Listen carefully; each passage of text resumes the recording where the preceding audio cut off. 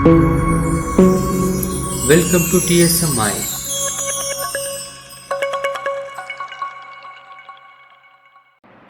Hi students, hope you all doing well. So we are back with the important poem in English textbook, that is Stolen Boat, written by William Wordsworth. So this poem is a bit long. Okay, even my introduction also will take a little bit long. Later we'll switch to each line by line explanation of this poem. So this poem is written by William Wordsworth. So one of the English famous poet, okay, who was a national poet of English literature once upon a time, and this man is considered as, okay, the man who started an era of writing new trend of English literature named as Romantic era. Along with him, two more poets will come. Their names are Robert Southey, okay, S.T. Coleridge. These two were so famous. Okay, these three peoples have, okay, known as, okay, harbingers of, okay, modern English literature, that is Romantic era in English. They started the new trend. Before that, there were a lot of style of writing English literature, right from medieval period to, okay, the previous one, the Romantic period. Previous one is neoclassical period. So till now, there is a lot of trend of writing literature based on things happening in that era. They used to get influenced by those incidents, events, and their emotions. They used to portray that. And here also, William Wordsworth has started a new trend of writing the English literature. So that era, that style of writing English literature is said to be Romantic era. It's not the romance what we see in the movie. It's a Romantic era. Refers to it all about the emotions of the poet with the nature, understanding, and the most of the things will be connected with the nature. Whatever emotions they portray in the poems will be based on the connection with the nature and what and all things happened during those days. It could be industrial revolution or some other social events, okay, which motivates them, which encourages them to write the poems, and especially they, okay, based on self individualism, which means ತಮ್ಮನ ಬಗ್ಗೆ ತಾವೇ analysis ಮಾಡ್ತಾ ಬರೀತಕ್ಕಂಥ ಒಂದು ಹೊಸ ರೀತಿಯ ಒಂದು ಪದ್ಯ ಬರೆಯುವಂಥ style ಅನ್ಬೋದು ನಾವು ಅದನ್ನು. ಓಕೆ, ಜೊತೆಗೆ ಪ್ರಕೃತಿ ಬಗ್ಗೆ ಜಾಸ್ತಿ ಆರಾಧನೆ ಮಾಡಿ ಬರೆಯೋದು, ಪ್ರಕೃತಿ ಜೊತೆ ಒಂದು ಸಂಬಂಧ ಯಾವ ರೀತಿ ಇದೆ ಹ್ಯೂಮನ್ ಬೀಯಿಂಗ್ಸ್ದು, ಅವ್ರ ಎಮೋಷನ್ಸ್ ಹೇಗೆ ಬರುತ್ತೆ ಪ್ರಕೃತಿಯಲ್ಲಿ ಇದ್ದಾಗ, ನೇಚರಲ್ಲಿ ಇದ್ದಾಗ ಅನ್ನೋದನ್ನು ನಾವಿಲ್ಲಿ ನೋಡ್ಬೋದು. ನಿಮ್ಗೆ ಗೊತ್ತಿರಲಿ, ವಿಲಿಯಂ ವರ್ಡ್ಸ್ವರ್ತ್ ಅವರು ಕನ್ನಡದ ಹಲವಾರು ಪೋಟ್ಸ್ಗಳಿಗೆ ಇನ್ಫ್ಲುಯೆನ್ಸ್ ಮಾಡಿದ್ರು. ಅದರಲ್ಲಿ ಕುವೆಂಪು ಕೂಡ ಒಬ್ಬರು. ಕುವೆಂಪು ಅವರಿಗೆ ಕನ್ನಡದ ವರ್ಡ್ಸ್ವರ್ತ್ ಅಂತ ಕರೀತಾರೆ, ಯಾಕಂದರೆ ಅವರು ಇನ್ಫ್ಲುಯೆನ್ಸ್ ಆಗಿದ್ರು ಈ ಕವಿಗಳಿಂದ, ಇಂಗ್ಲೀಷ್ ಕವಿಗಳಿಂದ.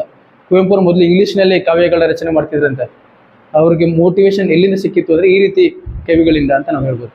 ಸೊ ಹಾಗಾಗಿ ಕನ್ನಡದಲ್ಲಿ ಒಂದು ಟ್ರೆಂಡನ್ನು ಸ್ಟಾರ್ಟ್ ಮಾಡಿದ್ರು. ಅದು ನವೋದಯ ಅಂತ ನಾವೇನು ಕರಿತೀವಿ ಕನ್ನಡದಲ್ಲಿ, ಅದು ಅಲ್ಲಿ ಮೊದಲಿಗೆ ಬಂದಿದ್ದು, ಇಂಗ್ಲೀಷ್ನಲ್ಲಿ ಬಂದಿದ್ದು. ಅದು ರೊಮ್ಯಾಂಟಿಕ್ ಎರಾ ಅಂತ ಕರೀತಾರೆ. ನಾನು ಹೇಳಿದ್ದೀನಿ, ಇನ್ನೂ ಬಹಳ ವಿಚಾರಗಳಿದೆ ಅದ್ರ ಬಗ್ಗೆ. ನಿಮಗೆ 10th ಸ್ಟ್ಯಾಂಡರ್ಡಿಗೆ ಎಷ್ಟು ಬೇಕೋ ಅಷ್ಟು ಸಾಕಂತ ನನಗನ್ಸುತ್ತೆ. ಓಕೆ, ಈ ಇಂಟ್ರಡಕ್ಷನಿಂದ ನಾವೇನು ಮಾಡೋಣ, ಈ ಪದ್ಯದ ಕಡೆ ನಾವು ಸ್ವಿಚ್ ಆಗೋಣ. ಈ ಪರ್ಟಿಕ್ಯುಲರ್ ಪದ್ಯ ಏನಿದೆ, this poem is written by William Wordsworth. ಇದೊಂದು ಲಾಂಗ್ ಆಟೋಬಯೋಗ್ರಫಿಕಲ್ ಪೋಯಮ್. ಆಟೋಬಯೋಗ್ರಫಿಕಲ್ ಪೋಯಮ್ ಅಂತಂದರೆ ತಮ್ಮ ಲೈಫ್ ಬಗ್ಗೆ, ತಮ್ಮ ಲೈಫಲ್ಲಿ ಆದಂಥ ಇನ್ಸಿಡೆಂಟ್ಸ್ಗಳನ್ನ ಬರೀತಾ ಹೋಗೋದು.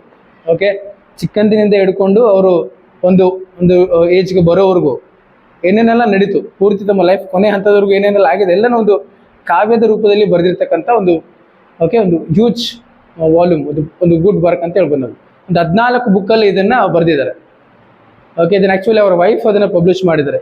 ಅವರ ಓಕೆ ತೀರ್ಕೊಂಡಾದ್ಮೇಲೆ ಅದನ್ನು ವೈಫ್ ಅವರು ಪಬ್ಲಿಷ್ ಮಾಡಿದ್ರು ಅಂತ ನಮಗೆ ಗೊತ್ತಿರಬೇಕು, ಓಕೆ, ಮಾಹಿತಿಲಿ. ಆದರೆ ಈ ಒಂದು particular incident stolen boat episode ಅಂತಲೇ ಫೇಮಸ್. ಓಕೆ, ಇದನ್ನು ಅವರ ಮೊದಲ ಬುಕ್, ಆ ಬುಕ್ನ ಹೆಸರು ಒಂದು ಪ್ರಿಲ್ಯೂಡ್. 14 ವಾಲ್ಯೂಮ್ಗೂ ಒಂದೇ ಹೆಸರಿದೆ, ಅದು ಪ್ರಿಲ್ಯೂಡ್ ಅಂತ ಭಾಳ ಫೇಮಸ್. ಆ ಪ್ರಿಲ್ಯೂಡ್ ಅನ್ನೋ ಬುಕ್ಕಲ್ಲಿ ಸ್ಟೋಲನ್ ಬೋಟ್ ಎಪಿಸೋಡ್ ಅಂತ ಬರುತ್ತೆ, ಅದು ಮೊದಲನೇ ಬುಕ್ಕಲ್ಲಿ. ಅಲ್ಲಿಂದ ಬಂದೊಂದು ಸಣ್ಣ ಎಕ್ಸ್ಟ್ರಾಕ್ಟ್ ಅನ್ನು ನೀವು ಇಲ್ಲಿ ನೋಡ್ತಾ ಇದ್ದೀರಿ. ಎಕ್ಸ್ಟ್ರಾಕ್ಟ್ ಅಂದರೆ ಅದು ಕೆಲವು ಸಾಲುಗಳನ್ನು ಅಲ್ಲಿಂದ ಇಲ್ಲಿಗೆ ತೆಗೆದು ನಿಮಗೆ ಸಿಲೆಬಸ್ ಆಗಿ ಕೊಟ್ಟಿದ್ದಾರೆ, ಅದು ನಿಮಗೆ ಗೊತ್ತಿರಬೇಕು. Okay, hope you understood from where this lines have been taken. Understanding. Stolen boat ಅನ್ನೋದು ಇಲ್ಲಿ ಪಾಠದಲ್ಲಿ ನಾವು ಈ ಪದ್ಯಕ್ಕೆ ನಾವು ಇಟ್ಟಿರ್ತಕ್ಕಂಥ ಟೈಟಲ್. ಅಂಡರ್ಸ್ಟ್ಯಾಂಡಿಂಗ್. ಸಿಲೆಬಸ್ ಅವರು ಮಾಡಿದ್ರಲ್ಲ, ಅವ್ರು ಇಟ್ಟಿರ್ತಕ್ಕಂಥ ಟೈಟಲ್ ಆಗಿದೆ. ಆದರೆ ಆ್ಯಕ್ಚುಯಲ್ ಟೈಟಲ್ ಬಂದು the ಪ್ರಿಲ್ಯೂಡ್ 14 volume book. It is a long autobiographical poem written by William Wordsworth, which includes his everything, right from his childhood age to, okay, when he has become a modern, or is that middle-aged, everything is covered in this entire book. Okay, in the form of poem. This poem is written in blank verse. Free blank verse ಅಲ್ಲಿ ಬರಿತಾ ಹೋಗಿದ್ದಾರೆ. Understanding. ಅವರ ಒಂದು nature ಜೊತೆ ಇದ್ದಂಥ connection, ಅಲ್ಲಿರ್ತಕ್ಕಂಥ ವಿಚಿತ್ರವಾದ ಅನುಭವಗಳು, ಕ್ರೇಜಿ ಅನುಭವಗಳೇನಿದೆ, ಎಲ್ಲ ರೀತಿಯ ಅನುಭವಗಳನ್ನ ಅವರಲ್ಲಿ ಬರಿತಾ ಹೋಗಿದ್ದಾರೆ. ಓಕೆ, ತಿಳ್ಕೊಳ್ತಾ ಹೋಗೋಣ ಪದ್ಯದಲ್ಲಿ ಏನಿದೆ ಅಂತ ಅನ್ನೋದೀಗ ನೀಟಾಗಿ. ಓಕೆ, ಇಷ್ಟು ಇಂಟ್ರೊಡಕ್ಷನ್ ಸಾಕು ಅನ್ಕೊಂತೀನಿ. ನೆಕ್ಸ್ಟ್ ಈಗ ಪದ್ಯದ ಟೋಟಲ್ ಸಾಲುಗಳು ಎಷ್ಟಿದೆ ಅಂತ ನೋಡೋದಾದ್ರೆ ಟೋಟಲ್ 44 ಲೈನ್ಸ್ಗಳು ಇಲ್ಲಿ ನೋಡ್ಬೋದು. And I told you this in the free form. Okay, so ಪದ್ಯನ ಕನೆಕ್ಟ್ ಮಾಡ್ಕೊಳ್ಳೋಕೆ ಏನೋ ಒಂದು ಇನ್ಸಿಡೆಂಟ್ ಏನಾದ್ರು ಹೇಳ್ಬೇಕಂತಂದ್ರೆ ಏನು ಹೇಳ್ಬೋದು? ಯಾವತ್ತಾದ್ರೂ ನೀವು ಓಕೆ ಪರ್ಮಿಷನ್ ಇರಲಾರ್ದೆ ಶಾಲೆಯನ್ನು ಬಿಟ್ಟು ಬೇರೆ ಎಲ್ಲರೂ ಹೋಗಿರ್ತೀರಲ್ಲ, ಆವಾಗ ಯಾವ ರೀತಿ ಫೀಲಿಂಗ್ ಇರುತ್ತೆ ನಿಮಗೆ? ಕೆಲವೊಂದ್ಸರಿ ಶಾಲೆ ನಿಮಗೆ ಜಾಸ್ತಿ ಹೋಮ್ವರ್ಕ್ ಮಾಡಿಲ್ಲ, ಜಾಸ್ತಿ ವರ್ಕ್ಗಳಿತ್ತು ಅಂದರೆ ನೀವು ಅದು ಸ್ಕಿಪ್ ಮಾಡೋ ಚಾನ್ಸಸ್ಗಳು ಭಾಳ ಇರ್ತದೆ. ಕೆಲವೊಬ್ರು ಮಕ್ಕಳು ಮಾಡ್ತಾರೆ, ಈಗಿನ ಟೈಮಲ್ಲಿ ಭಾಳ ಕಡಿಮೆ, ಬಟ್ ಕೆಲವು ವರ್ಷಗಳ ಹಿಂದೆ ಹೋದರೆ ಮಕ್ಕಳು ಶಾಲೆನೇ ಬಿಟ್ಬಿಡ್ತಿದ್ರು. ಬಟ್ ಮೊದಲನೇ ಬಾರಿ ಶಾಲೆ ಬಿಡೋದಿರ್ತಾರೆ, ಅದು ಫೀಲಿಂಗ್ ಬೇರೆನೇ ಇರುತ್ತೆ. ಕರೆಕ್ಟಾ? ಮನೆಯಲ್ಲಿ ಶಾಲೆ ಕಳಿಸಿರ್ತಾರೆ, ನೀವು ನೋಡಿದ್ರೆ ಸ್ಕೂಲ್ಗೆ ಹೋಗಿರೋದಿಲ್ಲ. ನಿಮಗೆಲ್ಲ ಒಂಥರ ಎರಡು ರೀತಿ ಅನುಭವ ಆಗ್ತಿರುತ್ತೆ. ನೆನ್ಪು ಮಾಡ್ಕೊಳ್ಳಿ ಹೇಗಿರುತ್ತೆ ಅಂತ. ಒಂದು ಕಡೆ ಸ್ಕೂಲ್ ಬಿಟ್ಟರು ಖುಷಿ, ಇನ್ನೊಂದು ಸ್ಕೂಲ್ ಬಿಟ್ಟು ತಪ್ಪು ಮಾಡಿದಿರಲ್ಲ ಅದ್ರದ್ದು ಒಂದು ಗಿಲ್ಟಿನೆಸ್ ಕಾಡ್ತಾ ಇರುತ್ತೆ ನಿಮಗೆ. ಕರೆಕ್ಟ್ ಅಲ್ಲ? ಅಂಥದ್ದೇ ಒಂದು ಸೇಮ್ ಒಂದು ಅನುಭವ, ಸೇಮ್ ಎಕ್ಸ್ಪೀರಿಯನ್ಸ್ ನಮ್ಮ ವಿಲಿಯಂ ವರ್ಡ್ಸ್ವರ್ತ್ಗೆ ಆಗಿರುತ್ತದೆ. Understand? The same kind of experience is felt by our William Wordsworth, our poet, that is written in his book ಪ್ರಿಲ್ಯೂಡಲ್ಲಿ. ಅದನ್ನು ಬರ್ಕೊಂಡಿದ್ದಾರೆ. ಚಿಕ್ಕ ಮಗು ಇದ್ದಾಗ ಅಂದರೆ ಆ ಒಂದು 6-7 ವರ್ಷದ ಹುಡುಗ ಇದ್ದಾಗ ಅವ್ರಿಗೆ ಆದಂಥ ಒಂದು ಆ ಅನುಭವ ಹೇಗಿತ್ತು ಅಂದರೆ ಸ್ಕೂಲ್ ಬಿಟ್ಟಿದ್ದಲ್ಲ ಇದು. ಇದೇನಿದು ನೇಚರಲ್ಲಿ ಅವರು ಮಾಡಿದಂಥ ಒಂದು ಆ್ಯಕ್ಟಿವಿಟಿ, ಅವ್ರು ನೇಚರಲ್ಲಿ ಮಾಡೋದು ಸರ್ಕಸ್. ಏನು ಸರ್ಕಸ್ ಮಾಡಿದ್ರು ಅಂತ ನಾನು ನಿಮ್ಗೆ ಹೇಳ್ತೀನಿ ಈಗ. ಅದೇ ಈ ಪದ್ಯ. ನೀವು ಅದನ್ನು ನೋಡ್ತಾ ಹೋಗ್ಬೇಕು, ಅವ್ರಿಗಾದಂಥ ಅನುಭವ ಯಾವ ರೀತಿ ಇತ್ತು ಅದನ್ನು ಅವರು ಪದ್ಯದ ರೂಪದಲ್ಲಿ ಬರೆದಿದ್ದಾರೆ. ಇಂಗ್ಲೀಷ್ ಪದ್ಯ, ಕರೆಕ್ಟಾಗಿ ಗಮನ ಕೊಡಿ. Concentrate on each lines and if you want you can keep the pencil. Okay, blank verse ಆಗಿರೋದ್ರಿಂದ ಅಲ್ಲಲ್ಲಿ ನಿಲ್ಲಿಸಿ ನಾನು ನಿಮಗೆ ಹೇಳ್ತಕ್ಕಂಥ ಪ್ರಯತ್ನ ಮಾಡ್ತೀನಿ. And please concentrate. Okay, one summer evening, that is the first line. Okay, ಇದು ಆಲ್ರೆಡಿ ಎಕ್ಸ್ಟ್ರಾಕ್ಟ್ ಮಧ್ಯದಲ್ಲೇ ಸ್ಟಾರ್ಟ್ ಆಗ್ತದೆ. ಹಲವಾರು ಲೈನ್ಸ್ಗಳು ಸ್ಟಾರ್ಟ್ ಆಗಿರುತ್ತೆ ಪದ್ಯದಲ್ಲಿ. ಇದು ಸ್ಟೋಲನ್ ಬಿಟ್ ಎಪಿಸೋಡ್ ಮೊದಲೇ ಬರುತ್ತೆ, ಅದು ಇಲ್ಲಿಂದ ಸ್ಟಾರ್ಟ್ ಆಗುತ್ತೆ. ಸ್ಟೋಲನ್ ಬಿಟ್ ಎಪಿಸೋಡ್ ಇಲ್ಲಿಂದ ಸ್ಟಾರ್ಟ್ ಆಗ್ತದೆ. One summer evening led by her I found a little boat tied to a willow tree within a rocky cave, its usual home.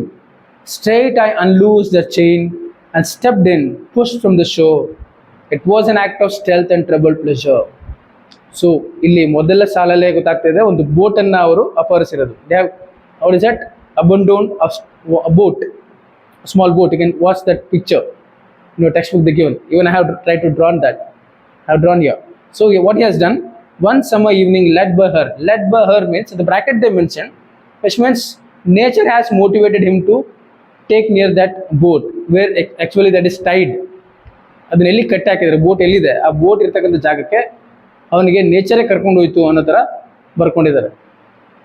One summer evening led by her, which means is not aware of where is going, but nature has taken him to the place where that boat is actually tied. ಎಲ್ಲಿ ಕಟ್ಟಿದ್ರು ಅದನ್ನು? Little boat tied to a willow tree. ಒಂದು willow ಮರದ ಕೆಳಗಡೆ. Willow ಮರ ಅಂತ ಅನ್ನೋದು ಒಂದು ಮರದ ಒಂದು ಪ್ರಭೇದ, ಒಂದು ಸ್ವಲ್ಪ ಫ್ಲೆಕ್ಸಿಬಲ್ ಬ್ರಾಂಚಸ್ ಇರ್ತಕ್ಕಂಥ ಮರ. ಅದು ಈ ಸ್ಪೋರ್ಟ್ಸ್ ಎಕ್ವಿಪ್ಮೆಂಟ್ಸ್ ಎಲ್ಲ ಮಾಡೋದಕ್ಕೆ ವಿಲ್ಲೋ ಟ್ರೀಸ್ಗಳನ್ನ ಬಳಸ್ತಾರೆ, ಕೇಳಿರ್ಬೋದು, ವಿಲ್ಲೋ ಬ್ಯಾಟ್ಸ್ಗಳು ಅಂತ. ಅಂಥದ್ದೇ ಮರ. ಆ ಮರದ ರಂಬೆ ಕೊಂಬೆಗಳಿಗೆ ಅದನ್ನು ಚೆನ್ನಾಗಿ ಕಟ್ಟಿ ಒಂದು ಕೇವಲ್ಲಿ ನಿಲ್ಲಿಸಿರ್ತಾರೆ ಆ ಬೋಟ್. ಆ್ಯಕ್ಚುಲಿ ಅದು ಯಾವಾಗಲೂ ಅಲ್ಲೇ ಇರುತ್ತೆ, ಅದನ್ನು ಬರೆದಿರ್ತಾರೆ. ಆ ಟೈಮಲ್ಲಿ ಯಾವಾಗಲೂ ಅಲ್ಲೇ ಇರ್ತಿತ್ತು ಅಂತ. Within a rocky cave, it's usual home. ಯಾರು ಡಿಸ್ಟರ್ಬ್ ಮಾಡ್ತಿರ್ಲಿಲ್ಲ, ಅದು ಯಾವಾಗಲೂ ಅಲ್ಲೇ ಇರ್ತಿತ್ತು. ಇದನ್ನು ನೋಡಿರ್ಬೋದು ಮೋಸ್ಟ್ಲಿ ಅಂತ ನಮ್ಗೆ ಗೊತ್ತಾಗುತ್ತೆ. ಬಟ್ ಈ ಸಾರಿ ಅವರು ಒಂದು ಬೇರೆ ಕೆಲಸ ಮಾಡಿಕೊಟ್ಟಿದ್ದಾರೆ ಸಾಹೇಬ್ರು. ಏನು ಮಾಡಿಕೊಟ್ಟಿದ್ದಾರೆ? ಆ ಬೋಟನ್ನು ತೊಗೊಂಡು ಬೋಟಲ್ಲಿ ಕೆರೆಯಲ್ಲಿ ಇಳಿಯಕ್ಕೆ ಹೋಗ್ತಿದ್ದಾರೆ, ಲೇಕಲ್ಲಿ. ಅಂಡರ್ಸ್ಟ್ಯಾಂಡ್? ಅಂದರೆ what is did? Straightly I unloose their chain. Look at this, unloosed her chain. Her ಅಂದರೆ ಯಾರು? It's a boat. Is personifying the boat. Is giving, is treating like a human being. Therefore this line is called as personification. And stepping in, pushed it from the shore. It was an act of stealth and troubled pleasure. So it's saying that in a two way. He's saying that it is an act of stealth. ಒಂದು ಕಳ್ತನ ಮಾಡಿರ್ತಕ್ಕಂಥ ಒಂದು guilt feeling ಕೂಡ ಬರ್ತಾ ಇದೆ. At the same time it's a trouble pleasure. Trouble pleasure ಅಂದರೆ ಒಂದು ಕಡೆ ಖುಷಿ ಇದೆ, ಒಂದು ಕಡೆ ಟೆನ್ಷನ್ ಕೂಡ ಇದೆ. ಕಳ್ತನ ಮಾಡಿದ್ದೀನಿ ಅಂತನೋ ಒಂದು ಗಿಲ್ಟ್ ಕೂಡ ಇದೆ. ಈ ರೀತಿ ಅಪೋಸಿಟ್ ವರ್ಡ್ಸ್ಗಳು ಜೊತೆಯಾಗಿ ಬಂದು ಒಂದು ಇಂಟ್ರೆಸ್ಟಿಂಗ್ ಎಫೆಕ್ಟ್ನ ಕ್ರಿಯೇಟ್ ಮಾಡುತ್ತಲ್ಲ ಪದ್ಯದಲ್ಲಿ. ಇದಕ್ಕೆ ನಾವು ಆಕ್ಸಿಮೊರಾನ್ ಅಂತ ಕರಿತೀವಿ ಇಂಗ್ಲೀಷಲ್ಲಿ. ಇಂಗ್ಲೀಷ್ನ ಫೆಗಿಸೋ ಸ್ಪೀಚಲ್ಲಿ ಈ ರೀತಿ ಬರ್ತಕ್ಕಂಥ ಲೈನ್ಸ್ಗಳಿಗೆ ಅಥವಾ ಟುಗೆದರ್ ಏನು ಬಂದಿದೆ ವರ್ಡ್ಸ್ಗಳು, ಇದಕ್ಕೆ ನಾವು ಆಕ್ಸಿಮೊರಾನ್. ಉದಾಹರಣೆಗೆ ಓಪನ್ ಸೀಕ್ರೆಟ್, ಬಿಟರ್ ಸ್ವೀಟ್ ಅಂತ ವರ್ಡ್ಸ್ಗಳು. ಇನ್ನು ಸೀರಿಯಸ್ಲಿ ಫನಿ ಅಂತಾರಲ್ಲ, ಸೀರಿಯಸ್ಲಿ ಫನಿ ಹೇಗಿರುತ್ತೆ? ಎರಡು ಸೇರಿದ್ರೆ ಎಷ್ಟು ಫನಿ ಇತ್ತು ಅಂದರೆ ಭಾಳ ಸೀರಿಯಸ್ಲಿ ಫನಿ ಆಗಿತ್ತು ಅಂತ ಅರ್ಥ. ಅದು ಅಂಡರ್ಸ್ಟ್ಯಾಂಡಿಂಗ್. ವೈಸೆಸ್ಟ್ ಫುಲ್, ಇವು ಕೆಲವು ಉದಾಹರಣೆಗಳು ಆಕ್ಸಿಮೊರಾನ್ಗೆ. ನಿಮ್ಗೆ ಅರ್ಥ ಆಗಿರುತ್ತೆ ಲೈನ್ ಏನಂತ. ಹಾಗೆ ಪದ್ಯದಲ್ಲಿ ಮುಂದೆ ಹೋಗೋಣ ನಾವು. Okay, nor without the voice of mountain echoes did my boat move on. ಬೆಟ್ಟ ಗುಡ್ಡಗಳಲ್ಲಿ ಉಂಟಾಗ್ತಕ್ಕಂಥ echoes, it was so silent that he has started the journey. It is almost a evening time, and whenever he is putting that, okay, whenever he is rowing that boat, every time that noise is coming out, that echo is coming out. ಆ noise ಬೆಟ್ಟ ಗುಡ್ಡಗಳಲ್ಲಿ ಹೋಗಿ ಆ sound ಅಲ್ಲಿ ತಾಕಿ ಮತ್ತೆ reflect ಆಗಿ ಬರ್ತಾ ಇದೆ. Echoes ಇರ್ಲಾರ್ದೆ ನನ್ನ ಬೋಟ್ ಮೂವ್ ಆಗಲಿಲ್ಲ, ಎಕೋಸ್ಗಳ ಜೊತೆಗೆ ನನ್ನ ಬೋಟ್ ಮೂವ್ ಆಗ್ತಿತ್ತು ಅಂತ ಬರ್ಕೊಂಡಿದ್ದಾರೆ. Living behind still on either side, small circles glittering idly in the moon. So I told you it is almost evening time. So whatever picturization, whatever visual things he can able to imagine, or whatever his experience there is written there. It's not imagined, he's experienced it. The things happening around him in that nature during evening time. Almost it is about night is about to start. He's saying that there is a moon and small circles were shining on the surface of the water. ಅಲ್ಲಲ್ಲಿ ನೀರಲ್ಲಿ ಆಕ್ಟಿವಿಟೀಸ್ಗಳು ನಡೀತಾ ಇರುತ್ತೆ, ಸರ್ಕಲ್ಸ್ಗಳು ಕಾಣ್ತಾ ಇದೆ, ಬೆಳಕಲ್ಲಿ glitter ಆಗ್ತಾ ಇದೆ ಅಲ್ಲಲ್ಲಿ. Okay, ಆ ಎಲ್ಲ ಸರ್ಕಲ್ಸ್ಗಳು ಒಂದೇ ಆಗಿ ಮೆಲ್ಟ್ ಆಗ್ತಕ್ಕಂಥ scene. Until they melted all into one track of sparkling light. ಎಲ್ಲ ಒಂದೇ ಕಡೆ ಸೇರಿಕೊಂಡು ಒಂದೇ ಕಡೆ ಮೆಲ್ಟ್ ಆಗ್ತಕ್ಕಂಥ ಸನ್ನಿವೇಶ.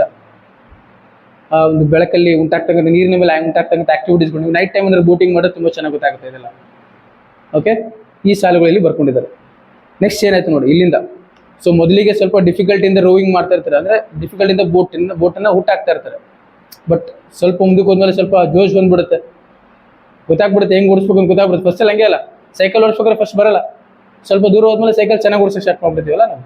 ಅದೇ ರೀತಿ ಇವನು ಕೂಡ, ಕವಿಗೂ ಕೂಡ ಅದೇ ರೀತಿ ಎಕ್ಸ್ಪೀರಿಯನ್ಸ್ ಆಗಿದೆ. ನಾವು like one who rows proud of a skill to reach a chosen point with an unswerving line, I fix my view upon the summit of craggy ridge. ನೋಡಿ ಏನು ಮಾಡ್ತಾರೆ, ಈಗ ಮುಂದಕ್ಕೆ ಹೋಗ್ತಾ ಹೋಗ್ತಾ ಏನಾಗ್ತಾರೆ, ಫಸ್ಟು ಆ ಬೋಟ್ ಕಲಿಯೋದೇ ಕಷ್ಟ ಆಗಿರುತ್ತೆ. ಈಗ ಬೋಟು ಅದು ಹೇಗೆ ಮುಂದಕ್ಕೆ ಹೋಗಬೇಕು, ಯಾವ ರೀತಿ ಆ ತೆಪ್ಪನ ಮುಂದಕ್ಕೆ ಓಡಿಸ್ಬೇಕು, ಆ ಬೋಟ್ನ ಮುಂದಕ್ಕೆ ಓಡಿಸ್ಬೇಕು ಅಂತ ಗೊತ್ತಾಗ್ಬಿಡ್ತು ಅವ್ರಿಗೆ. ಈಗ ಒಂದು ಪಾಯಿಂಟ್ಗೆ ಹೋಗೋಣ, ಅಲ್ಲಿಗೆ ಹೋಗೋಣ, ಒಂದು ಪ್ಲೇಸ್ ಕಾಣಿಸುತ್ತೆ ಅವ್ರಿಗೆ, ಕ್ರಾಗಿ ರಿಡ್ಜ್, ಒಂದು ಚಿಕ್ಕದಾದ ಒಂದು ಬೆಟ್ಟ ಕಾಣಿಸುತ್ತೆ ಅಲ್ಲೊಂದು. ಆ ಬೆಟ್ಟದ ಹತ್ರ ಹೋಗೋಣ ಅಂತ ಪ್ಲಾನ್ ಮಾಡ್ಕೊಂಡ್ಬಿಡ್ತಾರೆ. ಅಲ್ಲಿ ಅವರ ಗುರಿನ ಫಿಕ್ಸ್ ಮಾಡ್ತಾರೆ. ಅಂಡರ್ಸ್ಟ್ಯಾಂಡ್, ಈ fix this view upon the summit of craggy ridge. ಏನಿದು ಕ್ರಾಗಿ ರಿಡ್ಜ್? ಕ್ರಾಗಿ ರಿಡ್ಜ್ ಅನ್ನೋದು ಒಂದು ಬೆಟ್ಟದ ಹೆಸರು. ಸ್ಟ್ರೇ ಬ್ಯಾರೋ ಕ್ರ್ಯಾಗ್ ಅಂತ ಒಂದು ಬೆಟ್ಟ ಇವತ್ತು ಕೂಡ ಇದೆ. ಇದು ಲೇಕ್ ಡಿಸ್ಟ್ರಿಕ್ಟ್ ಅಲ್ಲಿ ಇದೆ. ಈ ಲೇಕ್ ಡಿಸ್ಟ್ರಿಕ್ಟ್ ಅನ್ನೋದು ಒಂದು ನ್ಯಾಷನಲ್ ಪಾರ್ಕ್, ಇವತ್ತು ಕೂಡ ನಾವು ಇಂಗ್ಲೆಂಡ್ ಅಲ್ಲಿ ನೋಡ್ಬೋದು. ಇದನ್ನೇ ಯಾಕೆ ಇಲ್ಲಿ ತಗೊಂಡಿದ್ದಾರೆ ಅಂದ್ರೆ, ಇದೇ ಒಂದು ಜಾಗದಲ್ಲಿ ನಮ್ಮ ಕವಿ ವಿಲಿಯಂ ವರ್ಡ್ಸ್ವರ್ತ್ ಅವರು ಬೆಳೆದಿದ್ದು. As grown in that place. And we know how nature impacts the poets, especially in this period, last 1 century what we are seeing. Poets got huge influence by this nature, whether it could be any language. Okay, so even about William Wordsworth is the first man behind that. I told you in the beginning only, in the introductory part. So he is experiencing everything in that lake district only, in that national park only. It's a big forest kind of thing. People usually go and visit in England today also. Understand? Okay, next line noda munde. Now he has fixed this view upon the summit of Craggy Ridge. The horizon's utmost boundary far above was nothing but the stars and the grey sky. She was an elfin pinnace. Lustily I dipped my oars into the silent lake, and as I rose upon the stroke, my boat went heaving through the water like a swan. So now he is explaining about his journey, his experience of journey, how he was feeling that, about the boat, about his journey. ಆ ಬೋಟಲ್ಲಿ ಆ ಕೆರೆಯಲ್ಲಿ ಹೋಗ್ತಾ ಇದ್ರೆ ಆದಂಥ ಅನುಭವ ಹೇಗಿತ್ತು ಅಂತ ಬರ್ಕೊಂಡಿದ್ದಾರೆ ಅಲ್ಲಿ. Horizons utmost boundary far above, ಅಂದರೆ ಹಾರಿಜಾನ್ ಅಂದರೆ the line where, okay, the sky and the earth is separated, that is said to be horizon. Horizon ತುಂಬ ದೂರದ ಹಾರಿಜಾನ್ ಅಲ್ಲಿ ಏನೂ ಇಲ್ಲ, nothing is that, only the star and grey sky, star and grey sky. And he's saying that she was an elfin pinnace. It's a personification. He's comparing this boat to fairy boat, elfin pinnace. ಒಂದು ಮಾಯಾವಿ boat ಆಗಿತ್ತು ಅಂತ ಅರ್ಥ ಅದು. ಅಂದರೆ ಪ್ರತಿ ಬಾರಿ ನಾನು ಹುಟ್ಟಾಕಿದಾಗೆಲ್ಲ ಅದು ಹಾರ್ತಾ ಇತ್ತು, ಪಕ್ಷಿಯ ರೀತಿ, ಸ್ವಾನ್ನ ರೀತಿ ಹಾರ್ತಾ ಇತ್ತು. ಅಷ್ಟು ನಾನು ಅದರಲ್ಲಿ ಇನ್ವಾಲ್ವ್ಮೆಂಟ್ ಆಗಿದ್ದೆ ಅಂತ ತೋರಿಸ್ತದೆ ನೋಡಿ. The poet got involved in that rowing the boat. Nothing is there, alone, is alone, all alone is doing this activities there. Is just enjoying his journey inside the lake. Just imagine how you would have enjoyed it. ನೀವು imagine ಮಾಡ್ಕೊಂಡು ನೋಡಿ, ಆ ಏಜಲ್ಲಿ ನೀವೇನಾದರೂ ಕೆರೆಯಲ್ಲಿ ಒಂದು ಬೋಟ್ನ ತಗೊಂಡು ಯಾರು ಇರ್ಲಾರ್ದ್ರೆ ಜಾಗದಲ್ಲಿ ಹೋಗ್ತಿದ್ರೆ ಯಾವ ರೀತಿ ಒಂದು ಅನುಭವ ಆಗುತ್ತೆ ಅನ್ನೋದು, ಅದೇ ಸೇಮ್ ಅನುಭವ ಇಲ್ಲಿ ಕವಿಗಳಿಗೆ ಆಗಿರುತ್ತೆ. ಅದನ್ನು ಬರ್ಕೊಂಡಿದ್ದಾರೆ ಅಲ್ಲಿ. ಕೆಲವೊಬ್ರು ಬರೆಯೋದಿಲ್ಲ, ಕೆಲವೊಬ್ರು ಬರ್ಕೊತಾರೆ, ಬರೆದವರು ಕವಿ ಆಗ್ತಾರೆ. ಬರೆಯೋ ರೀತಿ ಕೂಡ ಮ್ಯಾಟ್ರ್ ಆಗ್ತದೆ ಅಲ್ವಾ. ನೋಡಿ ಮುಂದೆ ಏನಾಗ್ತದೆ. And as I rose upon the stroke, a boat went heaving through the water like a swan. when from the behind the crag is steep till then, the huge bound, a huge peak, horizons bound, a huge peak, black and huge, as if with voluntary power instinct, upraised its head. ಅಂದರೆ ಆ ಇನ್ನೂ ಆ ಒಂದು ಕ್ರ್ಯಾಗಿ summit, ಆ ಬೆಟ್ಟ stray ಬಾರೋ ಕ್ರ್ಯಾಗ್ ಏನಂತ ಅದನ್ನವರಿಗೆ ಮುಟ್ಟಿರಲಿಲ್ಲ ಆ ಪಾಯಿಂಟ್ನವರು. ಸೊ ಅವಾಗ ಏನಾಯ್ತು ಅಂತ ಬರ್ಕೊಂಡಿದ್ರು ಅಂದರೆ ಅದ್ರ ಪಕ್ಕದಲ್ಲೇ ಇನ್ನೊಂದು ಏನಾಯ್ತು ಅಂದರೆ ಇನ್ನೊಂದು ದೊಡ್ಡ ಬೆಟ್ಟ, ದೊಡ್ಡದಾದ ಒಂದು ಹಿರಿದಾದ ಬೆಟ್ಟ ಅವ್ರ ಕಣ್ಮುಂದೆ ತಲೆ ಎತ್ತಿ ನಿಂತ್ಕೊಂಡ್ಬಿಡ್ತು ಅಂತ ಅರ್ಥ. Understand? Horizons bound, huge peak, black and huge, ತುಂಬ ದೊಡ್ಡದಾದಂಥ ಬೆಟ್ಟ, ತುಂಬ ಬ್ಲ್ಯಾಕ್ ಆಗಿರೋದು, ತುಂಬ ಡಾರ್ಕ್ ಆಗಿರೋದು, ಗ್ರಿಮ್ ಆಗಿರೋದು, ನೋಡೋದಕ್ಕೆ ಭಯಂಕರವಾಗಿರ್ತಕ್ಕಂಥ ಒಂದು ಬೆಟ್ಟ. ತನಗೇನೋ ಸ್ವಂತ ಶಕ್ತಿ ಇದೆಯೇನೋ ಅನ್ನೋ ಥರ, as if with voluntary power, as if it has got own power. Okay, and it is growing, ಅಪ್ರೇಡ್ it's head, ತಲೆ ಎತ್ತಿ ತಮ್ಮ ಕಣ್ಮುಂದೆ ಎದ್ದು ನಿಂತ್ಕೊಂಡ್ಬಿಡ್ತು ಅಂತ ಕಾಣಿಸುತ್ತೆ. ಇನ್ನೊಂದು ಬೆಟ್ಟ ಅದಕ್ಕೇನೋ ಒಂದು ಮಸ್ಟಿಕಲ್ ಥಿಂಗ್ ಫೀಲ್ ಮಾಡ್ತಿದ್ರು ಅವರು. ಅಂಡರ್ಸ್ಟ್ಯಾಂಡಿಂಗ್? ಮಸ್ಟಿಕಲ್ ಥಿಂಗ್ ಅಂದರೆ ಒಂದು ಮಾಯಾವಿ ಫೀಲ್ ಅವರಿಗೆ ಬರುತ್ತೆ ಅಲ್ಲಿ. ಇದೇನಪ್ಪ ಇದು, ಏನಿದು ಈ ರೀತಿ ಬೆಟ್ಟ ದೊಡ್ಡದಾಗಿ ಬೆಳೀತಾ ಇದೆಯಲ್ಲ ಅಂತ ಒಳಗಡೆ ಫೀಲ್ ಬರೋಕ್ಕೆ ಸ್ಟಾರ್ಟ್ ಆಗುತ್ತೆ. ಒಂದು ಭಯಭೀತರಾಗ್ತಕ್ಕಂಥ ಒಂದು ಫೀಲ್ ಬರುತ್ತಲ್ಲ ನಮ್ಮ ಕಣ್ಮುಂದೆ ಏನಾದರೂ ಒಂದು ಮೂಮೆಂಟ್ಸ್ಗಳು ನಡೆದಾಗ. ಅಂಡರ್ಸ್ಟ್ಯಾಂಡಿಂಗ್? ಡಾರ್ಕ್ ಮೂಮೆಂಟ್ಸ್ಗಳು, ಭಯಪಡಿಸ್ತಕ್ಕಂಥ ಮೂಮೆಂಟ್ಸ್ಗಳು ನಡೆದಾಗ, ಹಾಂಟೆಡ್ ಮೂಮೆಂಟ್ಸ್ಗಳು ನಡೀತಲ್ಲ ಆ ಥರ. stuck again and growing still in stature, the grim shape towered up between me and the stars, and still, for so it seemed with purpose of its own and measured motion, like a living thing, strode after me. ತುಂಬಾ ಭಯಭೀತರಾಗ್ತಾರೆ ಅಂತೇಳಿ ಬರ್ಕೊಂಡಿದ್ದಾರೆ ನೋಡಿ. ಏನಾಗ್ತಿತ್ತು ಅಂದರೆ ಅದು ಆ ಕಣ್ಣಿಗೆ ಕಂಡ ತಕ್ಷಣ when you see that, the moment he has seen that, he stopped again and again. He is not moving forward. He stopped his boat. He is not rowing the boat. And as if you want to go forward, it is growing. Its height is growing. Its stature is growing. ಆ ಬೆಟ್ಟದ height ಏನಾಗ್ತಿದೆ, ಬೆಳೀತಾ ಇದೆ. ಯಾರಿಗಾದ್ರೂ ಭಯ ಆಗುತ್ತೆ, ಏನಿದು ಹತ್ರ ಹೋದಂಗೆಲ್ಲ ಇದು ಬೆಟ್ಟ ಹೈಟ್ ಆಗ್ತಿದೆಯಲ್ಲ, ಏನಿದು? ಮೊದಲು ಹತ್ರ ಹೋದಾಗ ಸ್ವಲ್ಪ ಚಿಕ್ಕದಾಗಿ ಕಾಣ್ತಿದ್ದು, ಮುಂದೆ ಹೋದಂಗೆಲ್ಲ ಏನಿದು ತುಂಬ ಎತ್ತರಕ್ಕೆ ಆಗ್ತಾ ಇದೆ. ಹಂಗಾಗಿ ಇವರು ನಿಂತ್ಕೊಂಡು ಹೋಗ್ತಾರೆ. He just stopped. He is not willing to move forward. Is not getting the dareness to move forward. Understanding? Is completely in a kind of shock or a fear. Towering up between me and the stars, ನಕ್ಷತ್ರಗಳ ಮಧ್ಯೆ ನನ್ನ ಮಧ್ಯೆ ಆ ಬೆಟ್ಟನೇ ನಿಂತ್ಕೊಂಡ್ಬಿಟ್ಟಿದೆ, ಏನೂ ಕಾಣಿಸ್ತಾ ಇಲ್ಲ. And still, for it seemed with purpose of its own and measured motion, like a living thing. ಅಂದರೆ ಜೀವ ಇರೋ ವಸ್ತುಗಳು ಹೆಂಗೆ ನಡ್ಕೊಂಡು ಹೋಗ್ತವೆ, in a calculated manner, in a measured quantities, how they walk, how it moves. The same way that mountain is also increasing its height. That peak is increasing its height. Huge mountain, black mountain. Understand? With stumbling oars I turned, and through the silent water stole my way back to the covert of the willow tree. So immediately ಆ ಒಂದು incident ನಡೆದ ತಕ್ಷಣ ಅವರಿಗೆ ಭಯ ಆಗಿ ಅಲ್ಲಿಂದ ಉಲ್ಟಾ ತಿರುಗಿಸ್ಬಿಡ್ತಾರೆ ಗಾಡಿ. ಅಂದರೆ ಆ ಬೋಟ್ನ ರಿವರ್ಸ್, ಯಾವ ಕಡೆ ಎಲ್ಲಿಗೂ ಹೋಗ್ಬೇಕಂತ ಅವ್ರು ಏನು ಪ್ಲ್ಯಾನ್ ಮಾಡ್ಕೊಂಡಿರ್ತಾರೆ, ಹೋಗ್ಲಾರ್ದೆ ವಾಪಸ್ ತಿರ್ಸ್ಕೊಂಡ್ಬಿಡ್ತಾರೆ ಜರ್ನಿ. ಬ್ಯಾಡವೇ ಕಾಟ ಅಂತ ಅದನ್ನು ಬರ್ಕೊಂಡಿದ್ರಲ್ಲಿ. ವಿತ್ ಟ್ರೆಂಬ್ಲಿಂಗ್ ಓರ್ಸ್ ಅಂದರೆ ಏನು ಅರ್ಥ ಇಲ್ಲಿ? ಇದು ಭಾಳ ಇಂಪಾರ್ಟೆಂಟ್ ವರ್ಡ್ ಇದು. 2 words, ಟ್ರೆಂಬ್ಲಿಂಗ್ ಓರ್ಸ್ ಅನ್ನೋದು. ಇದನ್ನು ಇಂಗ್ಲೀಷ್ ಲಿಟ್ರೇಚರ್ಲಿ ಟ್ರಾನ್ಸ್ಫರ್ಡ್ ಎಪಿಥೆಟ್ ಅಂತ ಕರಿತೀವಿ. ಟ್ರಾನ್ಸ್ಫರ್ಡ್ ಎಪಿಥೆಟ್ ಅಂತಂದರೆ ಇಲ್ಲಿ ಆ್ಯಕ್ಚುಲಿ ಕವಿಗೆ ಅನುಭವ ಆಗ್ತಾ ಇರೋದು ಭಯ, ಆ ಫಿಯರ್. ಬಟ್ ಇಲ್ಲಿ ಇವರು ಆ ಭಯನ ತೊಗೊಂಡೋಗಿ ಓರ್ಸ್ ಮೇಲೆ ಹಾಕಿದ್ದಾರೆ. ಓರ್ಸ್ ಅಂದರೆ ಏನು? ನಾವು ಆ ಬೋಟನ್ನು ಮೂವ್ ಮಾಡೋದಕ್ಕೆ ಏನು ಬಳಸ್ತೀವಿ, ಆ ಹುಟ್ಟು ಅಂತ ಏನು ಕರಿತೀವಿ, ಪ್ರತಿ ಬಾರಿ ನಾವು ಹುಟ್ಟು ಹಾಕ್ತೀವಲ್ಲ, ಅದನ್ನು ಓರ್ಸ್ ಅಂತ ಕರಿತೀವಿ ನಾವು ಅದನ್ನು. ಟ್ರೆಂಬ್ಲಿಂಗ್ ಓರ್ಸ್, ಭಯಪಡಿಸ್ತಕ್ಕಂಥ ಓರ್ಸ್. ಯಾರಿಗೆ ಭಯ ಆಗ್ತಾ ಇದೆ? ಬೋಟಿಗೆ ಭಯ ಆಗ್ತಿದ್ಯಾ ಅಥವಾ ಓರ್ಗೆ ಭಯ ಆಗ್ತಿದ್ಯಾ? Actually poet is feeling fear, but he saying that trembling oars I turn back through the silent water, stole my way in the sense that I just return back to the place where I took that boat. ಆ boat ಎಲ್ಲಿ ಕಟ್ಟಿ ಹಾಕಿದ್ರಲ್ಲ ಅಲ್ಲಿಗೆ ನಾನು ವಾಪಸ್ ಮತ್ತೆ ಅಲ್ಲಿಗೆ ಹೊರಟೆ ಅಂತ ಹೇಳಿ ಬರ್ಕೊಂಡಿದ್ದಾರೆ ಅವರು. Back to the court of the willow tree, back to that secret place, secretive place of that willow tree. ಮೊದಲಿಗೆ ಆ ಬೋಟ್ ಎಲ್ಲಿ ಕಟ್ಟಿದ್ರು ಅಲ್ಲಿಗೆ ವಾಪಸ್ ಹೊರಟೆ ನಾನು. There in their mooring place I left my bark. ನೋಡಿ ಎಷ್ಟು ವಿಚಿತ್ರವಾಗಿ ಬರ್ಕೊಂಡಿದೆ ಈ line. There in their mooring place, anchored place, ಆ ಬೋಟನ್ನು ಕಟ್ಟಿದಂಥ ಪ್ಲೇಸ್ ಏನಿತ್ತಲ್ಲ ಅಲ್ಲಿ ಅದನ್ನು ಬಿಟ್ಬಿಟ್ಟೆ ನಾನು. ಅಲ್ಲಿ ಅದನ್ನು ಆ ಕಟ್ಟಿಗೆನ ಕಟ್ಟಾಕ್ಬಿಟ್ಟೆ. ಆ ಮರದ ಪೀಸ್, ಆ ಮರದ ತುಂಡಿಂದ ಆದಂಥ ಬೋಟ್ ಇತ್ತಲ್ಲ ಅದ್ರಲ್ಲಿ ಕಟ್ಟಾಕ್ಬಿಟ್ಟೆ ಅಂತ ಬರ್ಕೊಂಡಿದ್ದಾರೆ. ಮೊದಲಿಗೆ ಅದ್ರ ಬಗ್ಗೆ ಹಾಡಿ ಹೊಗಳಿದ್ದೇನು, ಗುಣಗಾನ ಮಾಡಿದ್ದೇನು. Straight I unloosed her chain, she was an elfin pinnace. ಈ ರೀತಿ ಹೊಗಳದಂಥ ಕವಿ ಟ್ರಾನ್ಸಿಷನ್ ತೋರಿಸ್ತಿದ್ರು ಇಲ್ಲಿ. ಅದಕ್ಕೆ ಮೊದಲು ಪರ್ಸೋನಿಫೈ ಮಾಡಿದ್ದೇನು, ಹಾಡಿ ಹೋಗ್ಲಿದ್ದೇನೆ. ಈಗ ನೋಡಿ ಐ ಲೆಫ್ಟ್ ಮೈ ಬಾರ್ಕ್ ಅಂತ ಬರ್ಕೊಂಡ್ಬಿಟ್ಟಿದ್ದಾರೆ. ಅದು ಇಂಪ್ಯಾಕ್ಟ್ ಹಂಗಿತ್ತು ಅಂತ ಅರ್ಥ. ಅವ್ರ ಅನುಭವ, ಎಕ್ಸ್ಪೀರಿಯನ್ಸ್ ಏನಿತ್ತಲ್ಲ, ಬೆಟ್ಟದ ಅನುಭವ ಇತ್ತಲ್ಲ, ಅದು ಭಾಳನೇ ಕಾಡದಂತ ಅನುಭವ ಆಗುತ್ತೆ ಅವ್ರಿಗೆ ಮುಂದೆ. ಹಂಗಾಗಿ ಅದನ್ನೆಲ್ಲ ತೊಗೊಂಡೋಗಿ ಬೋಟ್ ಮೇಲೆ ಹಾಕ್ಬಿಟ್ಟಿದ್ದಾರೆ. ಮೊದಲಿಗೆ ಅದನ್ನು ಹಾಡಿ ಹೋಗ್ಲಿ, ಈಗ ಅದಕ್ಕೆ ಸ್ವಲ್ಪ ಡಿಗ್ರೇಡ್ ಮಾಡ್ತಾ ಇದೆ. ಕರೆಕ್ಟಾ? ನೋಡಿ, I left my bark. Bark ಅಂದರೆ ಮರದ piece, a boat. And so the widows homeward went in grave and serious mood. But after I had seen that spectacle for many days, my brain worked with a dim and undetermined sense of unknown modes of being. Oh, here my thoughts, there hung a darkness, call it solitude or a blank desertion. So what he's saying that after seeing that spectacle, understand? And especially what he's saying that how he went back to home from that place. ಆ spectacle ನೋಡಿ ಆಮೇಲೆ ಕೆರೆಯಿಂದ ಹೊರಗಡೆ ಬಂದು ಬೋಟ್ನ ಕಟ್ಟಿ ಮನೆಗೆ ಹೋಗೋವರೆಗೂ ಅವರ mood ಹೇಗಿತ್ತು, ಭಾಳನೇ ಸೀರಿಯಸ್ ಆಗಿತ್ತು, ಭಾಳನೇ ಗ್ರೇವ್ ಅಂದರೆ ಏನದು, ಡೆತ್. ಓಕೆ, ಸಮಾಧಿ ರೀತಿ. ಆ ಸಮಾಧಿ ಭಾವನೆ ಹೇಗಿರುತ್ತೆ, ಸಾವಿನ ಭಾವ ಹೇಗಿರುತ್ತೆ, ಆ ರೀತಿ ಒಂದು ಫೀಲ್. ಎಲ್ಲನೂ ಕ್ಲೋಸ್ ಆಗಿರ್ತಕ್ಕಂಥ ಒಂದು ಫೀಲ್, ಕಂಪ್ಲೀಟ್ಲಿ ಆಫ್ ಅಂತಾರಲ್ಲ, ಅದು ಬ್ರೈನ್ ಔಟ್ ಅಂತ ನೋಡಿ, ಆ ಥರ ಆಗ್ಬಿಟ್ಟಿದೆ ಫುಲ್.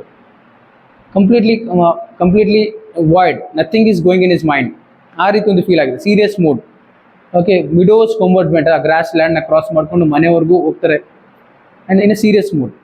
ಬಟ್ ಆ ಸ್ಪೆಕ್ಟಕಲ್ ನೋಡಿ ಬಹಳ ದಿನಗಳಾದರೂ ಕೂಡ, after many days my brain work with dim and undetermined sense. ಭಾಳ ಡಿಮ್ ಅಂದರೆ ಏನು, ಎಲ್ಲ ತುಂಬ ಸ್ಟ್ರೇಂಜ್, ಏನೂ ವರ್ಕ್ ಆಗ್ತಿಲ್ಲ, ಎಲ್ಲ ಥಾಟ್ಸ್ಗಳು ಕ್ಲೋಸ್ ಆಗಿಬಿಟ್ಟಿದೆ, ಯೋಚನೆ ಶಕ್ತಿನೇ ಬಂದಾಗಿದೆ ನನ್ನ ಹತ್ರ, ಕ್ಲೋಸ್ ಆಗಿಬಿಟ್ಟಿದೆ ನನ್ನ ಹತ್ರ.